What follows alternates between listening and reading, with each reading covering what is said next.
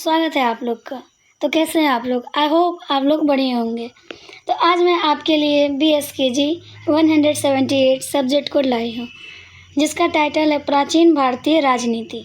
यह वीडियो आपके लिए बहुत ही महत्वपूर्ण होने वाला है, क्योंकि इसमें प्रेम सर के द्वारा सेलेक्टेड 5 ईयर्स के PYQ के सबसे most important questions and answer दिए गए हैं। अगर आप इन सभी प्रश्नों की सही प्रिपरेशन करके जाओगे तो मैं श्योर हूँ कि आप 100 में 100 लिख कर आओगे। यह वीडियो इग्नू के जून एंड दिसंबर एग्ज़ाम 2026 के लिए खासकर बनाया गया है। तो चले दोस्तों, हम लोग क्वेश्चन एंड आंसर को समझने का प्रयास करते हैं। तो क्वेश्चन नंबर 1 है हमारे पास, साम दाम दंड और भेद के बारे में विस्तार से समझाइए। तो ये साम दाम दंड और भेद है क्या? यह वर्ड ज़रूर आप लोगों ने कहीं ना कहीं पे ज़रूर सुना होगा। तो चलिए देखते हैं और समझते हैं ये है क्या। प्राचीन भारतीय राजनीति में साम दाम और दंड भेद को राज्य संचालन के कूटनीति के 4 सबसे प्रमुख उपाय माना गया है, और इनका वर्णन विशेष रूप से कौटिल्य के अर्थशास्त्र में मिलता है। तो ये जो कौटिल्य हैं, इन्हें ही चाणक्य कहा जाता है। कौटिल्य और चाणक्य दोनों एक ही व्यक्ति का नाम है, और कौटिल्य ने ही अर्थशास्त्र की जो है रचना की है। तो ये जो साम दाम दंड भेद है, तो इनका जो वर्णन है विशेष रूप से हमें कौटिल्य के अर्थशास्त्र में मिलता है। ये उपाय शत्रु को नियंत्रित करने, राज्य की सुरक्षा बनाए रखने और शासन को मजबूत करने के लिए उपयोग किया जाता था। तो यह क्या किया जाता था? इसका शत्रु को अपने वश में करने के लिए, नियंत्रण में करने के लिए, राज्य की सुरक्षा बनाए रखने के लिए और शासन को और भी मजबूत करने के लिए इसका उपयोग किया जाता था। अब तो हम समझ जाए कि इसका उपयोग क्यों किया जाता था, कहाँ किया जाता था और इसका वर्णन कहाँ मिलता है। लेकिन इसका अर्थ क्या है? तो आइए समझते हैं, देखते हैं और लिखते हैं। साम का क्या अर्थ है? तो साम का अर्थ है समझाना या मनाना। तो इसमें जो राजा है, तो वो अपने मीठे शब्द और तर्कों के माध्यम से विरोधी को अपने पक्ष में करने का प्रयास करता है। तो जैसा कि अभी के भी समय में ऐसा होता है, हम किसी को अपने मीठे बातों से समझाने का प्रयास करते हैं ताकि वो हमारे बात को समझ जाए, और यह सबसे महत्वपूर्ण और शांतिपूर्ण और पहला उपाय माना जाता है। यह पहला उपाय इसलिए है क्योंकि अगर कोई हमारी बातों से ही समझ रहा है तो उससे आगे हम उसके लिए क्या ही करेंगे। अब इससे आगे हम देखते हैं। तो इसके बाद है हमारे पास दाम। दाम का अर्थ। तो अब ये दाम का क्या अर्थ होता है? तो दाम का अर्थ होता है धन या लालच देना। तो दाम का क्या अर्थ होता है? धन या लालच देना।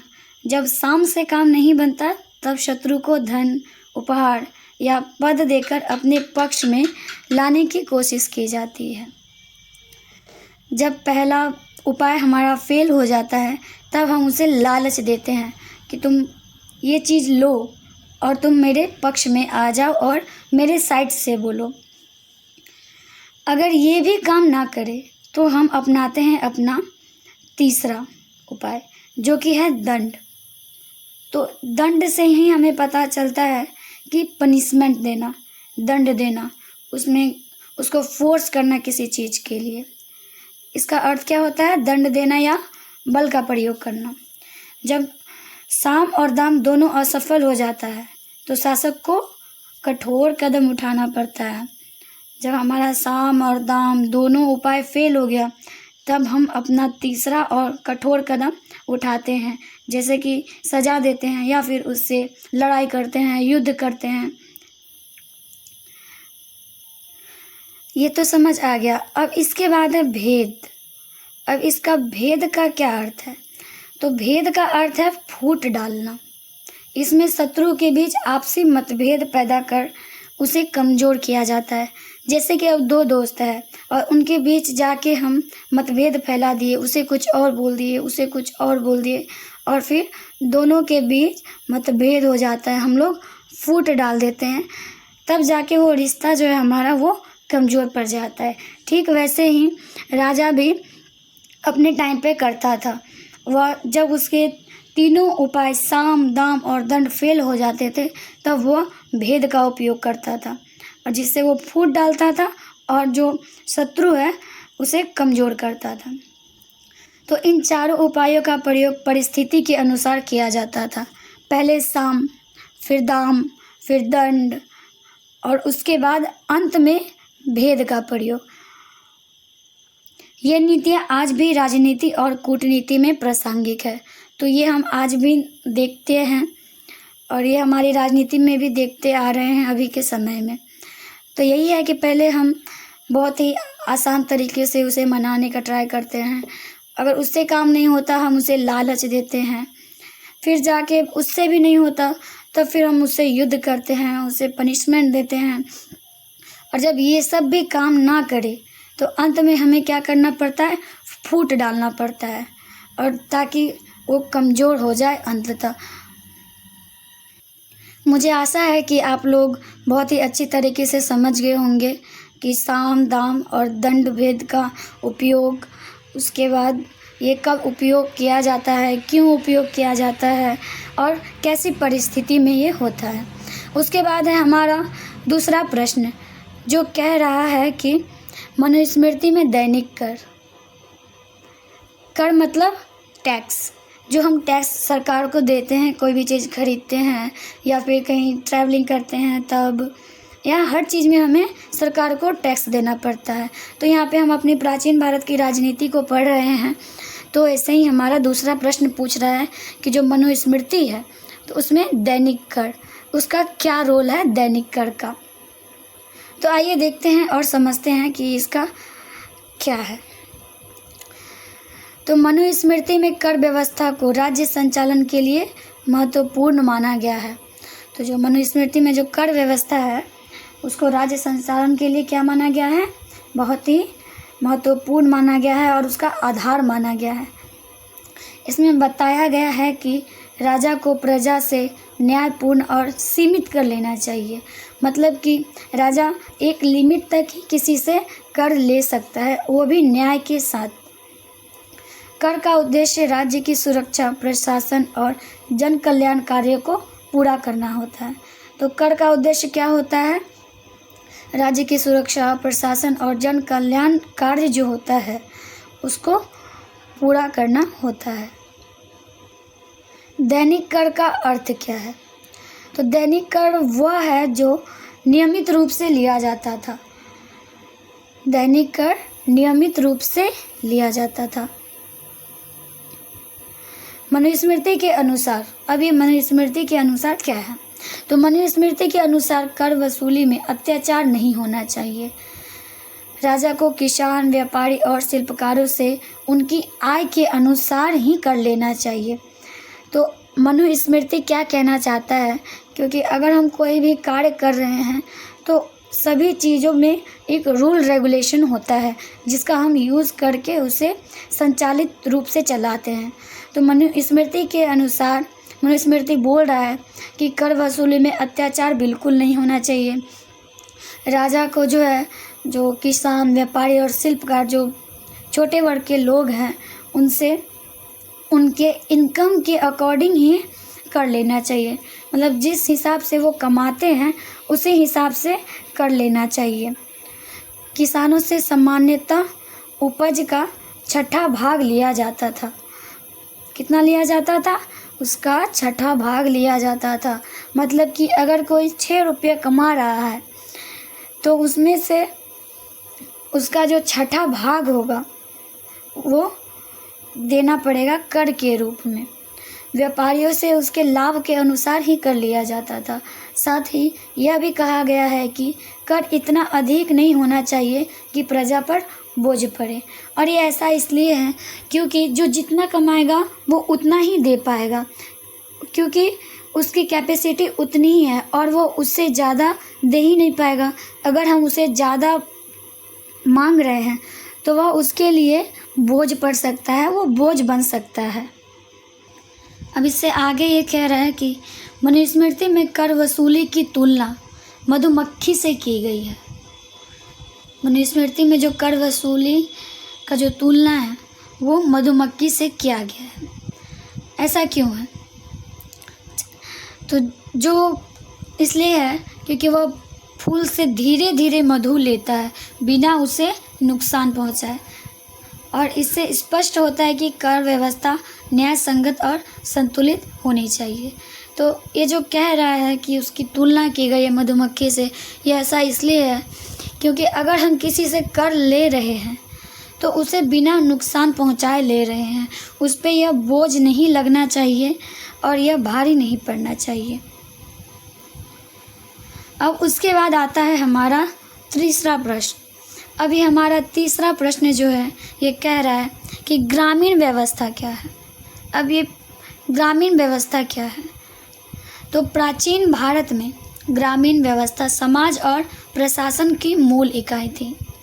तो प्राचीन भारत में जो ग्रामीण व्यवस्था है वो समाज और प्रशासन की क्या थी? मूल इकाई थी। गांव को प्रशासन का सबसे छोटा और महत्वपूर्ण भाग माना जाता था।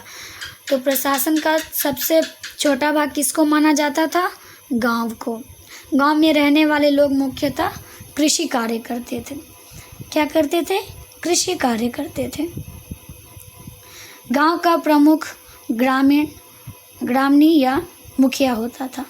गांव का जो प्रमुख है, जो हेड है, वो कौन होता था? मुखिया होता था, जो हमें आज के समय में भी देखने को मिलता है, जो प्रशासन और न्याय का कार्य करता था। वह कर वसूली, कानून व्यवस्था और विवादों को सुलझाने का काम करता था। क्या करता था? कर वसूली, कानून व्यवस्था और विवादों को सुलझाने का कार्य करता था। गांव में पंचायत जैसी व्यवस्था भी होती थी जिसमें बुजुर्ग और अनुभवी लोग निर्णय लेते थे। गांव में क्या होता था? पंचायत जैसा व्यवस्था होता था जिसमें बुजुर्ग और अनुभवी लोग निर्णय लेता था, जो हम आज के समय में भी देख पाते हैं। जो अभी जो गांव में है ऐसा ही व्यवस्था है। ग्रामीण व्यवस्था आत्मनिर्भर थी। ग्रामीण व्यवस्था क्या थी? वो आत्मनिर्भर थी। गांव के लोग अपनी आवश्यकता को स्वयं ही पूरा करते थे, जैसे कि कृषि, पशुपालन और कुटीर उद्योग। तो यह बहुत ही कह सकते हैं कि भले ही ये छोटे लेवल का काम हो, लेकिन लोग अपना जो आवश्यकता था यही काम करके उसे पूरा करता था। कुटीर उद्योग मतलब होता है कि कोई छोटा सा उद्योग, कोई काम जो हम घर से करते हैं। समाज में सहयोगी और सामूहिक जीवन की भावना थी। तो उस टाइम क्या था? समाज में सहयोग और सामूहिक जीवन की भावना थी। इस व्यवस्था में सामाजिक नियमों का पालन सख्ती से किया जाता था। ग्राम व्यवस्था ने प्राचीन भारतीय समाज को स्थिर और संगठित बनाए रखने में बहुत ही महत्वपूर्ण भूमिका निभाई है।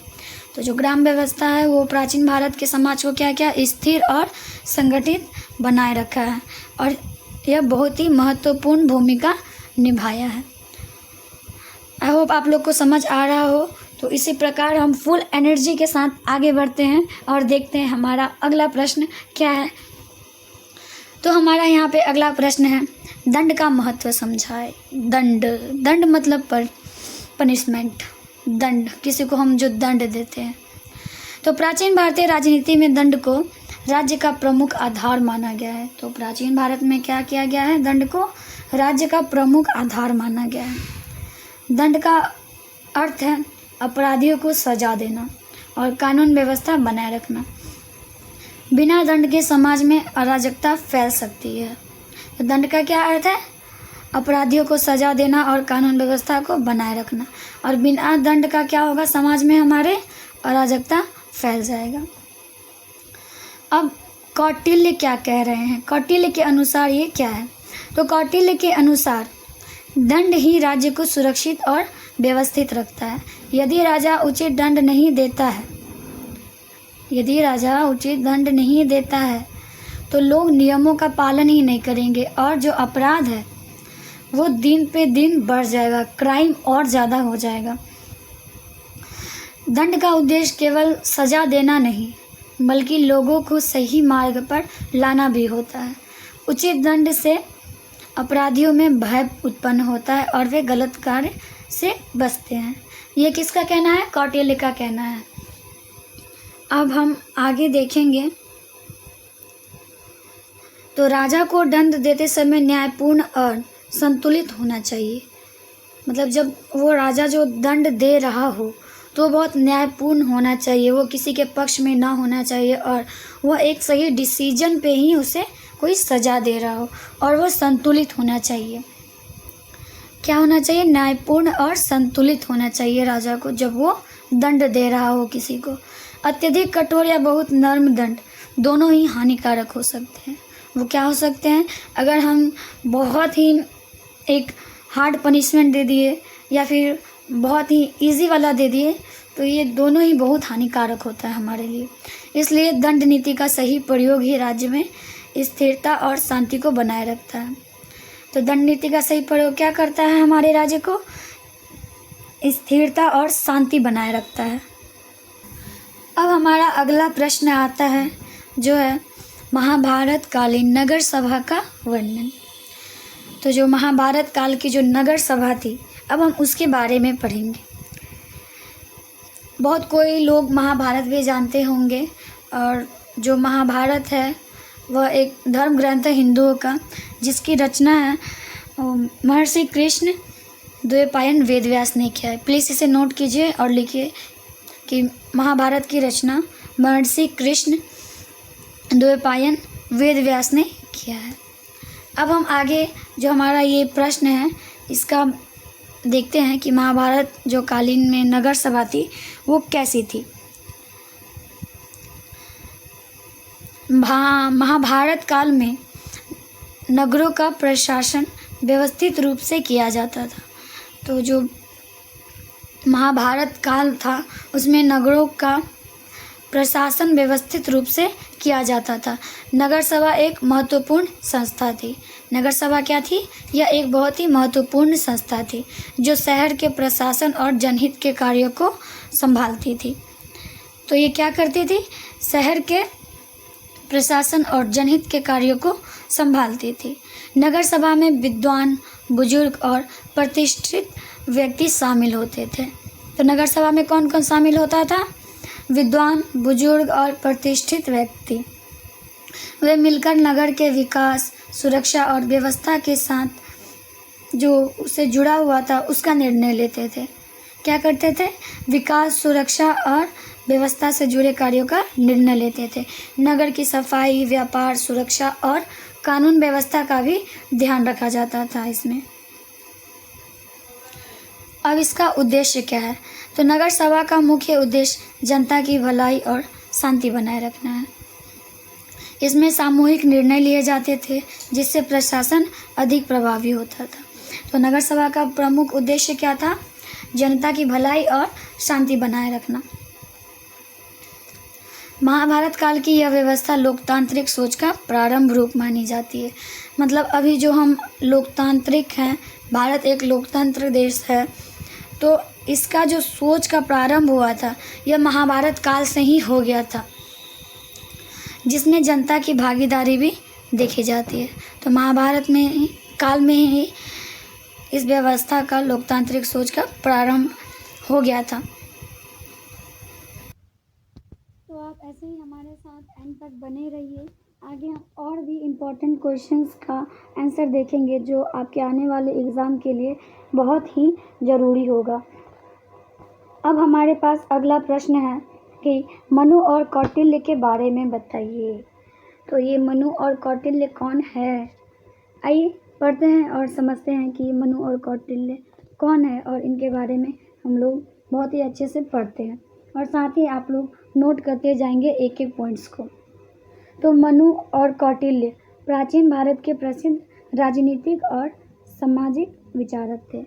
तो मनु और कौटिल्य क्या थे? प्राचीन भारत के समृद्ध राजनीतिक और सामाजिक विचारक थे।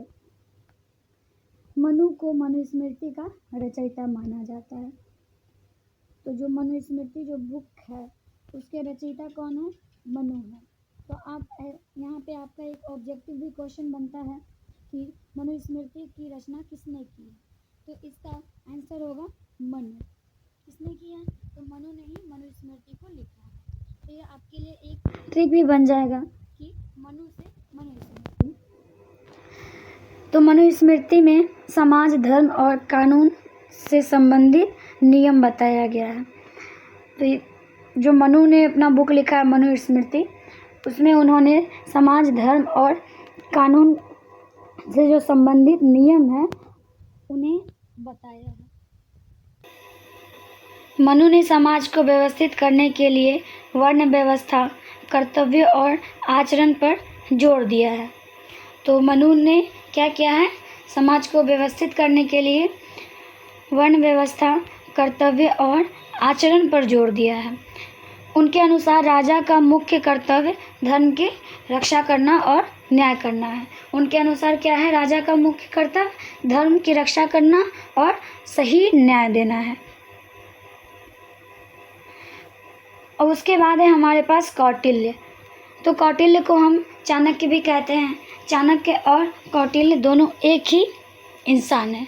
तो कई बार हम कंफ्यूज भी हो जाते हैं चाणक्य और कौटिल्य में, लेकिन ये दोनों एक ही इंसान है और दो नाम हैं इनके। इन्होंने ही अर्थशास्त्र नामक ग्रंथ लिखा है। अर्थशास्त्र एक ग्रंथ है जो कौटिल्य अथवा चाणक्य ने लिखा है। इसमें राजनीति, अर्थव्यवस्था और कूटनीति के विस्तृत सिद्धांत दिए गए हैं। तो ये जो अर्थशास्त्र है इसमें मुख्यतः राजनीति, अर्थव्यवस्था और कूटनीति का विस्तृत सिद्धांत दिया गया है। कौटिल्य ने व्यवहारिक राजनीति पर जोर दिया है और राज्य की शक्ति, सुरक्षा और विस्तार को महत्वपूर्ण माना। उन्होंने साम, दाम, दंड और भेद जैसी नीतियों का भी वर्णन किया है। तो कौटिल्य ने क्या किया है? कौटिल्य ने व्यवहारिक राजनीति पर जोर दिया है। कैसी राजनीति पर? तो व्यवहारिक राजनीति पर जोर दिया है। और ये जो हमने पहला ही प्रश्न में पढ़ा था, साम, दाम, दंड, भेद, ऐसी नीतियों का वर्णन भी उन्होंने ही अपने अर्थशास्त्र नामक ग्रंथ में किया है। दोनों विचारकों ने प्राचीन भारतीय राजनीति को दिशा देने में महत्वपूर्ण योगदान दिया है। तो दोनों विचारकों ने क्या किया है? प्राचीन भारत का जो राजनीति है उसको दिशा देने में बहुत ही महत्वपूर्ण योगदान दिया है। हमारे पास है हमारा 7वां प्रश्न जो कह रहा है कि धर्म, अर्थ एवं मोक्ष का संबंध बताइए। तो इन तीनों शब्दों से आपको थोड़ा थोड़ा कोई हिंट मिल रहा होगा कि इनका अर्थ क्या हो सकता है। तो आइए चलिए हम पढ़ते हैं और समझते हैं। तो प्राचीन भारतीय विचारधारा में धर्म, अर्थ और मोक्ष जीवन के 3 प्रमुख लक्ष्य माने गए हैं।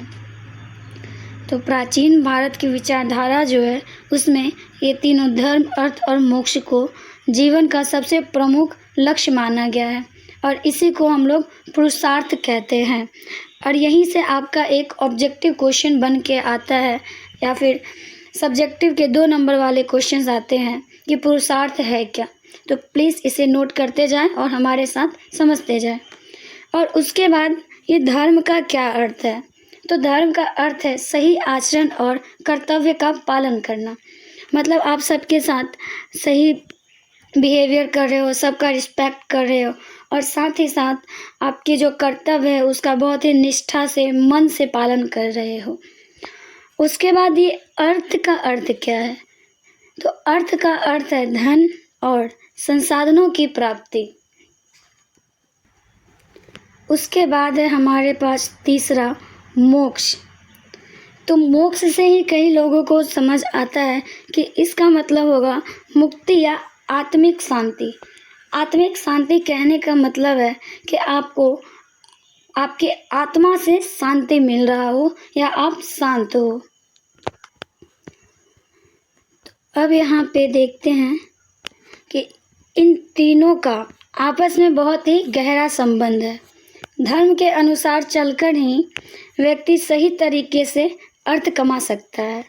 यदि अर्थ धर्म के अनुसार अर्जित किया जाए तो वह समाज के लिए भी लाभकारी होता है।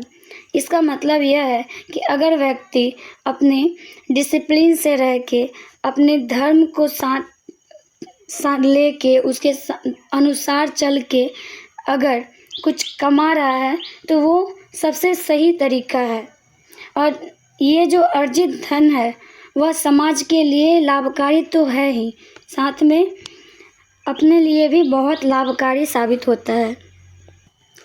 मोक्ष प्राप्ति के लिए भी धर्म और अर्थ का संतुलन बहुत ही आवश्यक है। बिना धर्म के अर्थ अधर्म बन सकता है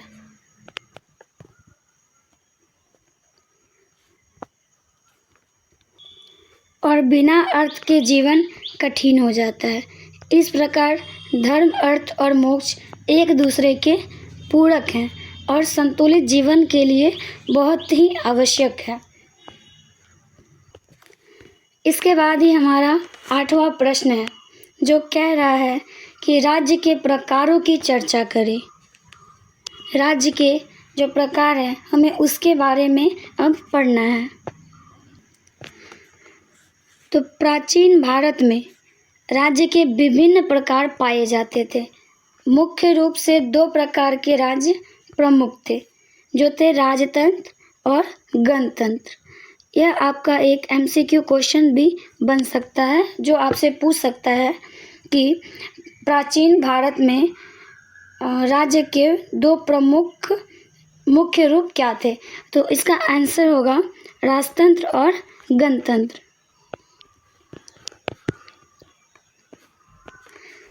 अब राजतंत्र में शासन एक राजा के हाथ में होता था।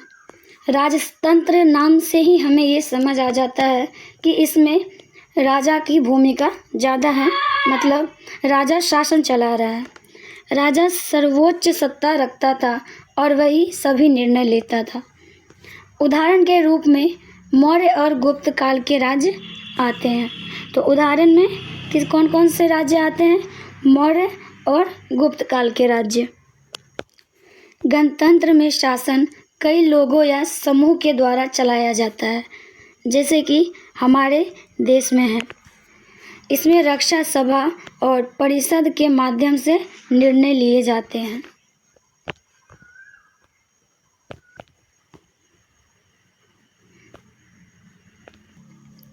और इसमें जनता की भागीदारी भी होती है।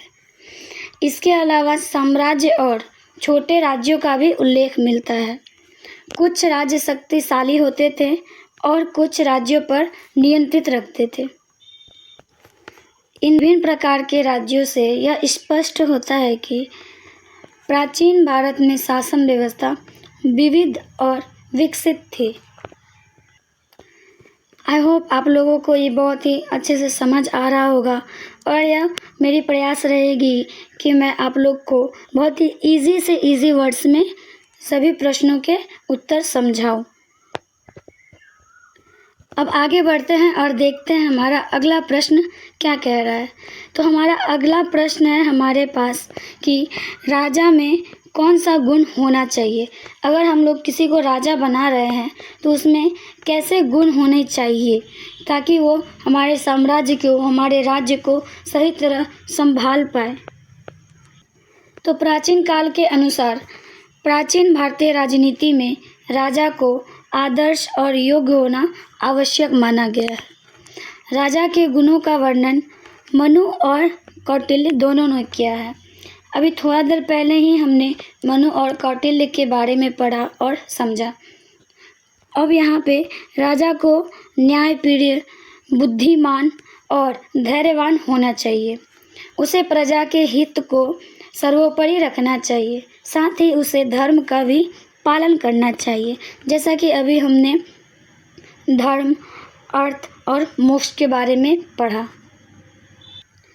तो ये जो सारे गुण हैं ये राजा में होना चाहिए, तभी वो कोई राज्य को संभाल पाएगा अथवा वो एक राजा माना जाएगा और या फिर बनेगा।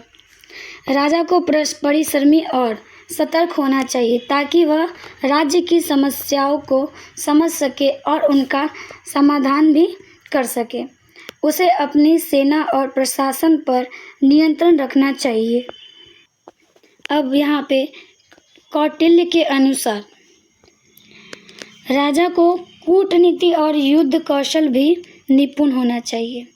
मतलब उसे जो राजनीति है उसके बारे में भी बहुत अच्छी जानकारी होना चाहिए और जो वो युद्ध करते हैं उसके लिए भी बहुत अच्छी जानकारी होना बहुत ही आवश्यक है। उसे शत्रुओं को निपटाने के लिए उचित राजनीति अपनानी चाहिए। इस प्रकार एक आदर्श राजा वही है जो प्रजा की रक्षा करे और राज्य को समृद्ध बनाए रखे। अब हमारा अगला प्रश्न है, बौद्ध साहित्य का वर्णन करें। तो जैसा कि आप लोगों ने बुद्ध के बारे में पहले भी पढ़ा होगा और भी सारी चीज़ें पढ़ी होंगी, लेकिन यहाँ पे अब देखते हैं इसका आंसर क्या होगा और ये बौद्ध साहित्य है क्या। तो बौद्ध साहित्य प्राचीन भारत के महत्वपूर्ण साहित्यों में से एक है। ये जो बौद्ध साहित्य है, जो हमारे प्राचीन भारत के जितने भी साहित्य हैं उनमें से यह एक बहुत ही महत्वपूर्ण है। यह भगवान बुद्ध की शिक्षाओं और उनके जीवन पर आधारित है। तो बौद्ध साहित्य नाम से ही हमें पता चल रहा है कि यह भगवान बुद्ध से संबंधित होगा। आगे देखते हैं कि बौद्ध साहित्य का प्रमुख भाग क्या है। त्रिपिटक है। अब ये त्रिपिटक क्या है, तो यह इसमें 3 पिटक शामिल है, विनय पिटक, सुत्त पिटक और अभिधम्म पिटक। ये तीनों बौद्ध साहित्य के ही भाग है और इन तीनों को मिला के विनय पिटक, सुत्त पिटक और अभिधम्म पिटक को ही त्रिपिटक कहा जाता है। अब ये तीनों के बारे में हम लोग पढ़ते हैं कि ये है क्या क्या। तो सबसे पहले है हमारे पास विनय पिटक। तो विनय पिटक में भिक्षुओं के आचरण और नियम बताए गए हैं। सुत्त पिटक में बुद्ध के उपदेश और शिक्षाएं शामिल हैं। कृपया आप जितने लोग भी इसे देख रहे हैं वो नोट करते जाएं कि जो विनय पिटक है इसमें भिक्षुओं के आचरण और नियम बताए गए हैं। विनय पिटक में क्या है, भिक्षुओं के आचरण और नियम, और सुत्त पिटक में बुद्ध के उपदेश और शिक्षाएं हैं। और तीसरा है हमारे पास अभिधम्म पिटक। तो इसमें दार्शनिक विचारों का वर्णन है। अभिधम्म पिटक में दार्शनिक विचारों का वर्णन है। अब हम लोग आगे की ओर बढ़ते हैं और ये देखते हैं कि आगे क्या है। तो बौद्ध साहित्य में अहिंसा, करुणा और मध्यम मार्ग पर बहुत जोर दिया गया है। यह समाज को शांति और नैतिकता की दिशा में बहुत ही प्रेरित करता है। तो इस साहित्य का भारतीय संस्कृति और समाज पर बहुत ही गहरा प्रभाव पड़ा है और लोग इसे अपना रहे हैं और अपने दैनिक जीवन में यूज़ करके बहुत ही आगे बढ़ चुके हैं। अब आगे बढ़ते हुए हम लोग देखते हैं, आई होप आप लोगों को ये अच्छे से समझ आ रहा होगा। अगर आप लोगों को ये इन क्वेश्चंस का आंसर का PDF चाहिए तो आप हमारे YouTube चैनल के डिस्क्रिप्शन में नंबर दिया हुआ है, आप वहां से कांटेक्ट करके ये ले सकते हैं। तो अब हमारा अगला प्रश्न है कि राजनीतिक चिंतक के बारे में समझाइए। ये राजनीतिक चिंतक है कौन? चलिए आइए देखते हैं और समझने का प्रयास करते हैं। तो ये जो राजनीतिक चिंतक वे विद्वान होते हैं। क्या होते हैं? विद्वान होते हैं, जो राज्य, शासन, सत्ता, कानून और समाज के बारे में विचार प्रस्तुत करते हैं। प्राचीन भारत में मनु, कौटिल्य, बुद्ध और महावीर प्रमुख राजनीतिक चिंतक माने जाते हैं।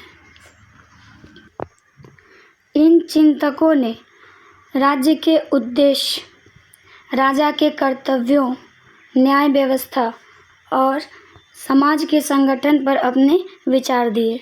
और जैसा कि हमने मनु के बारे में पहले भी पढ़ा था कि मनु ने धर्म, सामाजिक व्यवस्था पर जोर दिया, जबकि कौटिल्य ने भी व्यवहारिक राजनीति, कूटनीति और अर्थव्यवस्था को महत्व दिया है। हमने तो राजनीतिक चिंतकों के बारे में जान लिया कि ये है कौन, लेकिन इनका उद्देश्य क्या था और वे क्या करना चाहते थे। तो राजनीतिक चिंतकों का उद्देश्य समाज में शांति, न्याय और सुव्यवस्था स्थापित करना था। क्या करना था? शांति, न्याय और सुव्यवस्था स्थापित करना था। उन्होंने शासन को प्रभावी बनाने के लिए विभिन्न सिद्धांतों का विकास किया है। तो इस प्रकार राजनीतिक चिंतक समाज और राज्य के मार्गदर्शक होते हैं। क्या होते हैं वे? समाज, राज्य के मार्गदर्शक होते हैं, जिनके विचार आज भी राजनीति में बहुत ही महत्वपूर्ण माने जाते हैं। अब हम आगे की ओर देखते हैं और हमारा अगला प्रश्न आता है, जो है महाभारत के अनुसार राजधर्म क्या है। तो सबसे पहले हम लोग महाभारत को जानेंगे कि ये एक धर्म ग्रंथ है हिंदुओं का। काफ़ी सारे लोग जानते ही होंगे, और जिसके रचयिता है महर्षि कृष्ण द्वैपायन वेदव्यास। तो इसे आप नोट कर लीजिए कि महाभारत के जो रचनाकार हैं, जिन्होंने इसे लिखा है, वो है महर्षि कृष्ण द्वैपायन वेदव्यास। तो ये हमारा प्रश्न है, महाभारत के अनुसार राजधर्म क्या है।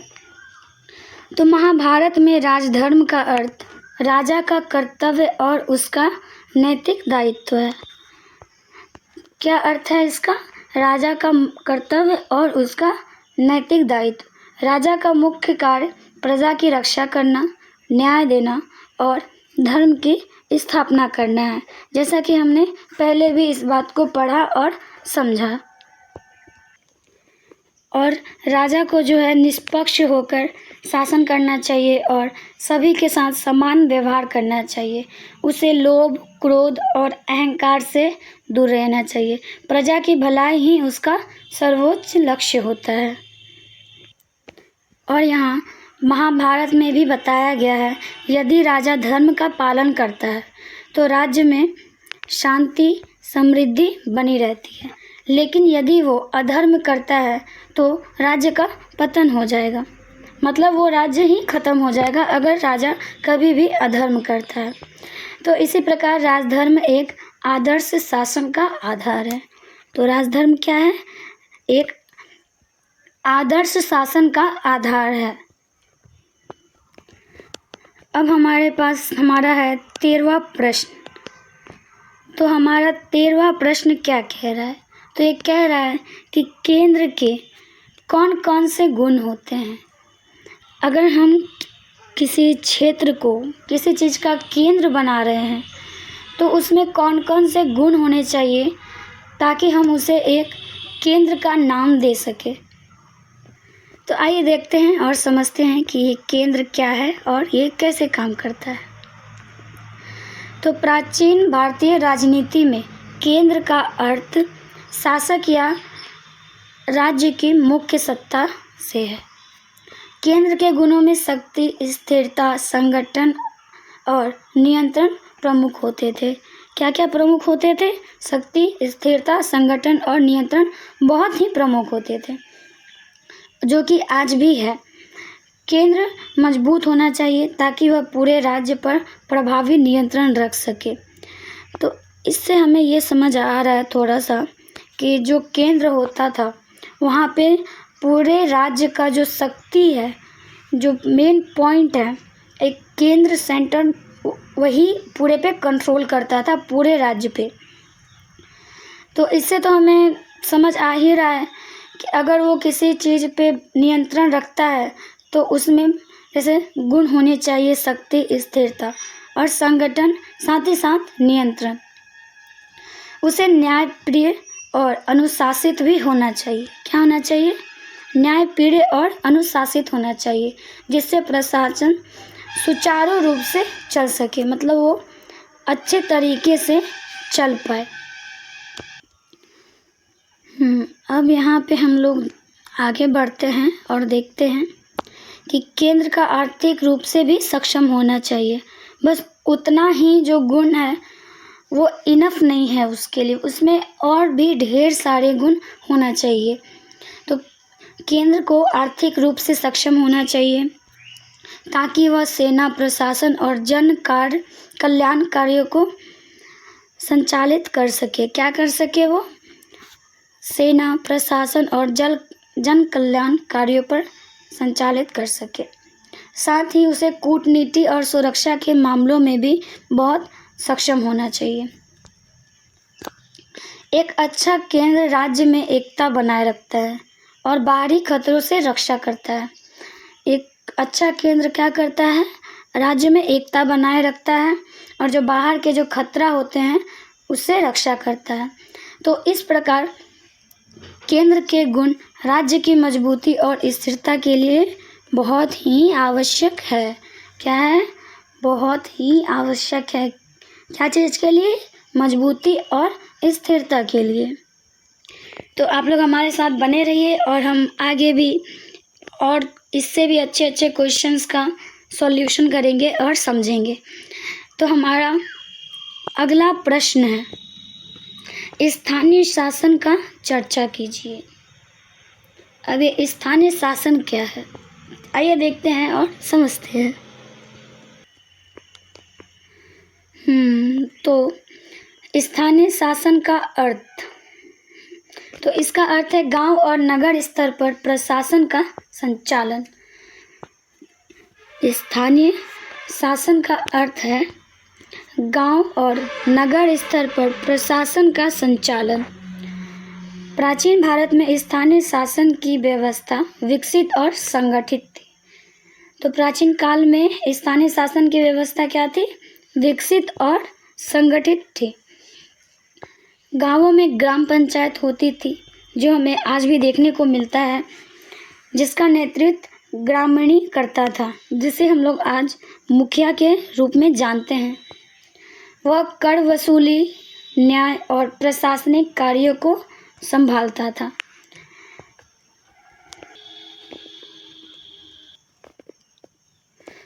और नगरों में नगर सभा होती थी, जो शहर के विकास और व्यवस्था का ध्यान रखती थी। तो गांव में तो ग्राम सभा हुआ, वैसे ही नगर में नगर सभा होती थी, जो शहर के विकास और व्यवस्था का ध्यान रखती थी। अब स्थानीय शासन का मुख्य उद्देश्य है जनता की समस्याओं का समाधान करना। इसका मुख्य उद्देश्य क्या है? जनता की समस्याओं का समाधान करना और प्रशासन को सरल बनाना। इसमें जनता की भागीदारी भी होती थी, जिससे निर्णय अधिक प्रभावी होता था। तो इस प्रकार स्थानीय शासन ने प्रशासन को मजबूत और जन केंद्रित बनाया। इस प्रकार इसने क्या किया? स्थानीय शासन ने प्रशासन को मजबूत बनाया और जन केंद्रित बनाया। आई होप आप लोगों को बहुत ही अच्छे से समझ आ रहा होगा। तो चलिए अब हम अपनी जो अगली प्रश्न है उसे देखते हैं और समझते हैं। तो हमारी अगली प्रश्न है, रामायण कालीन समय में नगर सभा कैसी होती थी? अब यहाँ पे हमारा आ गया रामायण काल, जिसमें से काफ़ी लोगों को यह पता होना चाहिए कि रामायण काल क्या है। तो आइए चलिए देखते हैं कि रामायण कालीन समय में जो नगर सभा होती थी वो कैसी होती थी। तो रामायण काल में नगर सभा एक महत्वपूर्ण प्रशासनिक संस्था थी। तो जो रामायण काल है उस समय जो नगर सभा है वो बहुत ही महत्वपूर्ण प्रशासनिक संस्था थी। यह नगर के संचालन और विकास के लिए जिम्मेदार होता था। क्या चीज़ के लिए जिम्मेदार होता था? नगर के संचालन और उसके विकास के लिए। नगर सभा में विद्वान मंत्री और प्रमुख नागरिक शामिल होते थे। जैसे कि हमारे यहाँ भी अगर ग्राम पंचायत में कुछ होता है तो उसमें विद्वान जो मंत्री प्रमुख आदमी होते हैं वो शामिल होते हैं, वैसा ही रामायण काल में भी था। और वे मिलकर नगर की सुरक्षा, सफाई, व्यापार और कानून व्यवस्था से संबंधित निर्णय लेते थे।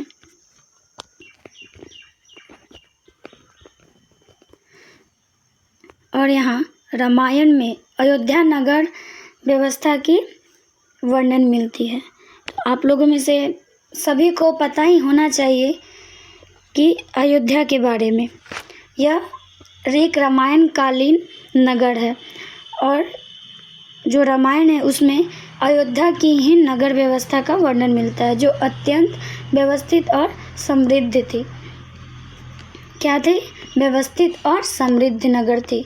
नगर में शांति और अनुशासन हमेशा बना रहता था और नगर सभा का कार्य जनता की भलाई और राज्य की व्यवस्था को बनाए रखना था। क्या था? नगर सभा का कार्य जनता की भलाई करना, राज्य की व्यवस्था को बनाए रखना, वो जैसा है उसे वैसे ही बनाए रखना, एक समृद्ध और अत्यंत व्यवस्थित तथा शांति और अनुशासित रखना, जिससे स्पष्ट होता है कि उस समय प्रशासनिक व्यवस्था काफ़ी उन्नत थी। क्या थी? बहुत ही उन्नत थी प्रशासनिक व्यवस्था। तो आगे हम लोग बढ़ते हैं और देखते हैं, और मैं आप लोगों से कहना चाहती हूँ कि इसे नोट करते जाएं और अगर कोई भी कन्फ्यूज़न या कुछ हो तो प्लीज़ कमेंट सेक्शन में पूछें। और ये जितने भी सारे क्वेश्चंस आपको प्रिपेयर कराए जा रहे हैं, ये प्रेम सर के द्वारा सेलेक्टेड हैं, वो भी 5 इयर्स में के क्वेश्चंस में से निकाले गए हैं ये PYQ। तो ये आपके लिए बहुत ही मोस्ट इम्पॉर्टेंट क्वेश्चन है। तो प्लीज़ इसे अच्छे से आप लोग पढ़ें, समझें। कहीं भी कोई दिक्कत आती है आप हमसे पूछें, और अगर आपको ये PDF चाहिए तो प्लीज़ हमसे संपर्क करें और ये ले। तो बहुत ही मज़ेदार तरीके से अब हम आगे बढ़ते हैं और देखते हैं हमारा अगला प्रश्न क्या कह रहा है।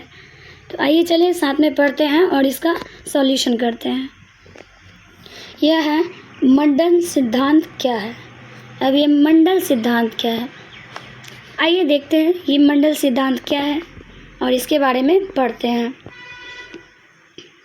और यहाँ पे भी हमें एक नाम दिख गया है, वो है कौटिल्य। आइए पढ़ते हैं क्या है ये। तो मंडल सिद्धांत कौटिल्य द्वारा दिया गया एक महत्वपूर्ण राजनीतिक सिद्धांत है। तो ये सिद्धांत कैसा है? राजनीतिक सिद्धांत है, जो किसके द्वारा दिया गया है? तो कौटिल्य के ही द्वारा दिया गया है या चाणक्य के द्वारा दिया गया है। इसके अनुसार प्रत्येक राज्य अपने आसपास के राज्यों से घिरा होता है, जिन्हें हम मंडल कहते हैं, तथा इस सिद्धांत में बताया गया है कि पड़ोसी राज्य जो है वो शत्रु हो सकता है, जबकि शत्रु का पड़ोसी मित्र भी हो सकता है। इस प्रकार राज्य को अपनी स्थिति के अनुसार मित्र और शत्रु की पहचान करनी चाहिए। क्या करनी चाहिए? अपने जो शत्रु हैं और मित्र हैं इनकी अच्छे से पहचान करनी चाहिए, ताकि वो आगे चल के हमारे लिए कोई खतरा ना पैदा करे। और मंडल सिद्धांत का उपयोग कूटनीति और विदेश नीति में किया जाता था। तो इसका जो उपयोग है वो कहाँ किया जाता था? कूटनीति और विदेश नीति में किया जाता था। इसके माध्यम से राजा अपने राज्य की सुरक्षा और विस्तार की योजना बनाता था। तो यह सिद्धांत आज भी अंतर्राष्ट्रीय संबंधों को समझने में बहुत ही उपयोगी माना जाता है। तो आज के समय में ये कैसे उपयोगी माना जाता है? तो अंतर्राष्ट्रीय संबंधों को समझने में उपयोगी माना जाता है। अब आगे चलते ही हमारे पास आ गया है हमारा दूसरा प्रश्न। तो आइए देखते हैं। तो दूसरा प्रश्न है हमारे पास, कौटिल्य अर्थशास्त्र के 7वें अधिकरण में दंड गुण। तो इसमें हम लोग अर्थशास्त्र के जो 7वें अधिकरण है उसमें जो दंड गुण है वो पढ़ेंगे। आइए देखते हैं।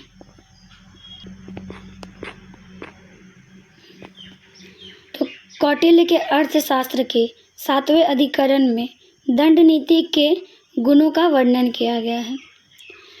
तो अर्थशास्त्र के 7वें अधिकरण में क्या किया गया है? दंड नीति के गुणों का वर्णन किया गया है। दंड का उद्देश्य राज्य में व्यवस्था बनाए रखना और अपराधों को रोकना है, जैसा कि हमने पहले भी पढ़ा था। और उचित दंड न्यायपूर्ण और संतुलित होना चाहिए। दंड क्या होना चाहिए? उचित, न्यायपूर्ण और संतुलित होना चाहिए। बहुत कठोर दंड प्रजा में भय और असंतोष पैदा करती है, जबकि बहुत नरम दंड अपराधों को बढ़ावा देती है। दंड समय और परिस्थिति के अनुसार दिया जाना चाहिए। क्या करना चाहिए? समय और परिस्थिति के अनुसार ही किसी को कोई दंड देना चाहिए। और राजा को दंड देते समय बहुत ही निष्पक्ष होना चाहिए, मतलब वो किसी के पक्ष में ना हो और अपना सही न्याय करे और तब जाके किसी को दंड दे। तो कौटिल्य के अनुसार सही दंड नीति से राज्य मजबूत होता है और प्रजा सुखी रहती है। सही दंड से राज्य मजबूत होता है और प्रजा सुखी रहती है। तो इस प्रकार दंड के गुण राज्य की स्थिरता के लिए बहुत ही आवश्यक है। मुझे आशा है कि आपको ये बहुत ही अच्छे से समझ आ गई और हम अपने अगले प्रश्न की ओर चलते हैं और देखते हैं। तो हमारा अगला प्रश्न है, प्राचीन काल में कर के प्रकार। मतलब जो प्राचीन काल है उसमें जो कर टैक्स होता था उसके प्रकार के बारे में हम लोग अभी पढ़ेंगे। तो प्राचीन भारत में विभिन्न प्रकार के कर लगाए जाते थे, जैसा कि अभी हमारे टाइम में भी है। हमें सभी चीज़ों पे अलग अलग टैक्स देना पड़ता है, चाहे वो खाने के लिए हो, चाहे कोई सामान जब हम खरीदते हैं या कहीं हम लोग आते जाते हैं, ट्रैवलिंग करते हैं, तो हमें कर देना पड़ता है, टैक्स भरना पड़ता है। तो मुख्य रूप से उस टाइम पे भूमि कर, व्यापार कर और उत्पादन कर बहुत ही प्रमुख थे। मतलब जो प्राचीन काल में है उसमें भूमि कर, व्यापार कर और उत्पादन कर बहुत ही महत्वपूर्ण था। और भूमि कर किसानों से लिया जाता था, जो आमतौर पर उपज का भाग होता था। तो भूमि कर जो है वो किससे लिया जाता था? किसानों से। जो हमारे उपज है, जो हम खेती करते हैं, वो उसका भाग होता था। व्यापार कर व्यापारियों से उनके लाभ के अनुसार लिया जाता था। मतलब कि जिसका जितना लाभ हुआ उसी के अकॉर्डिंग उससे टैक्स लिया जाए, जिससे उसे जो कर दे रहा है उसे ऐसा ना लगे कि यह एक बोझ है। और इसके अलावा वन, खनिज और जल संसाधन से भी कर लिया जाता था। यह बस उपज के लिए नहीं बल्कि वन, खनिज और जल संसाधन से भी लिया जाता था।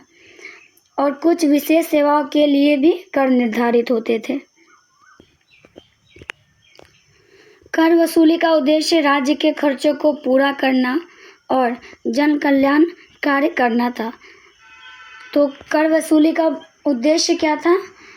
राज्य के खर्चों को पूरा करना और जन कल्याण कार्य करना था। कर प्रणाली संतुलित और न्यायपूर्ण मानी जाती थी। तो कर प्रणाली कैसी मानी जाती थी?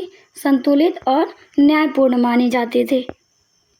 अब हम आगे बढ़ते हुए हमारे पास है हमारा अगला प्रश्न, जो कह रहा है कि प्राचीन काल में अंतर्राष्ट्रीय संबंध। मतलब जो प्राचीन काल था तो उसमें अंतर्राष्ट्रीय संबंध का क्या रोल था। तो आइए देखते हैं। तो प्राचीन भारत में अंतर्राष्ट्रीय संबंध कूटनीति, व्यापार और सांस्कृतिक आदान प्रदान से आधारित थे। मतलब वो जो हमारे अंतर्राष्ट्रीय संबंध था वो कूटनीति, व्यापार और सांस्कृतिक आदान प्रदान पर आधारित था। विभिन्न राज्यों के बीच मैत्री और शत्रुता दोनों प्रकार के संबंध होते थे। जैसा कि हम आज भी देख पाते हैं कि सब हमारा दोस्त नहीं होता और सब हमारा दुश्मन नहीं होता। ठीक उसी प्रकार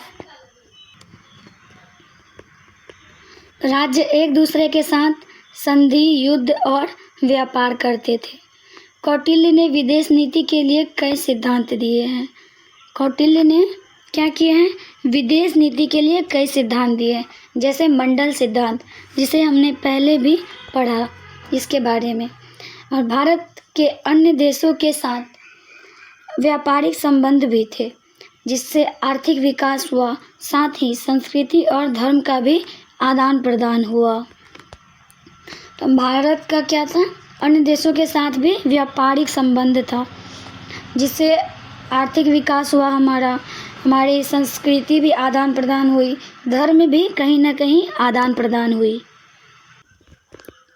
इस प्रकार प्राचीन काल में अंतर्राष्ट्रीय संबंध काफ़ी विकसित और संगठित था। तो प्राचीन काल में जो हमारा अंतर्राष्ट्रीय संबंध था वो क्या था? विकसित और संगठित था। तो इसी प्रकार आगे बढ़ते हुए हमारा अगला प्रश्न है, मंत्रिपरिषद का अर्थ, अधिकार एवं कर्तव्य। तो क्या है मंत्रिपरिषद का अर्थ, अधिकार एवं कर्तव्य? तो आइए जानते हैं। तो मंत्रिपरिषद राजा के सलाहकारों का समूह होता था, जो शासन में उसकी सहायता करता था। तो मंत्रिपरिषद क्या होता था? सलाहकारों का एक समूह होता था। इसमें मंत्री, पुरोहित और अन्य अधिकारी शामिल होते थे। इसमें क्या थे? मंत्री, पुरोहित और अन्य अधिकारी शामिल होते थे, जो राजा को सलाह देते थे। मंत्रिपरिषद का मुख्य कार्य राजा को महत्वपूर्ण विषयों पर सलाह देना, जैसे प्रशासन, युद्ध, वित्त और न्याय। तो इनका क्या कार्य था? महत्वपूर्ण विषयों पर और अपने राजा को सलाह देते थे। यह नीतियों के निर्माण और निर्णय लेने में मदद करते थे। ये क्या करते थे? नीतियों के निर्माण और निर्णय लेने में मदद करते थे। मंत्रिपरिषद के सदस्य अनुभवी और योग्य होते थे। उन्हें गोपनीयता बनाए रखनी होती थी। वो क्या होते थे? अनुभवी और योग्य होते थे, और उन्हें जो अपना गोपनीयता है, अपना प्राइवेसी है, वो बनाए रखना होता था। तो राजा मंत्रिपरिषद की सलाह से निर्णय लेता था। राजा क्या करता था? मंत्रिपरिषद की सलाह से ही वो कभी निर्णय लेता था, जिससे शासन अधिक प्रभावी होता था। इस प्रकार मंत्रिपरिषद प्रशासन का महत्वपूर्ण अंग था। तो मंत्रिपरिषद क्या था? प्रशासन का बहुत ही महत्वपूर्ण अंग था। तो हमारी यह वीडियो यहाँ पे ख़त्म होती है।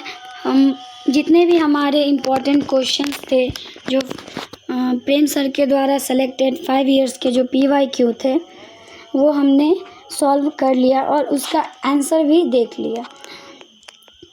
तो वीडियो के लास्ट तक बने रहने के लिए आपका बहुत ही धन्यवाद, और हमें आशा है कि आपको सभी चीज़ें अच्छे से समझ आ गई होंगी।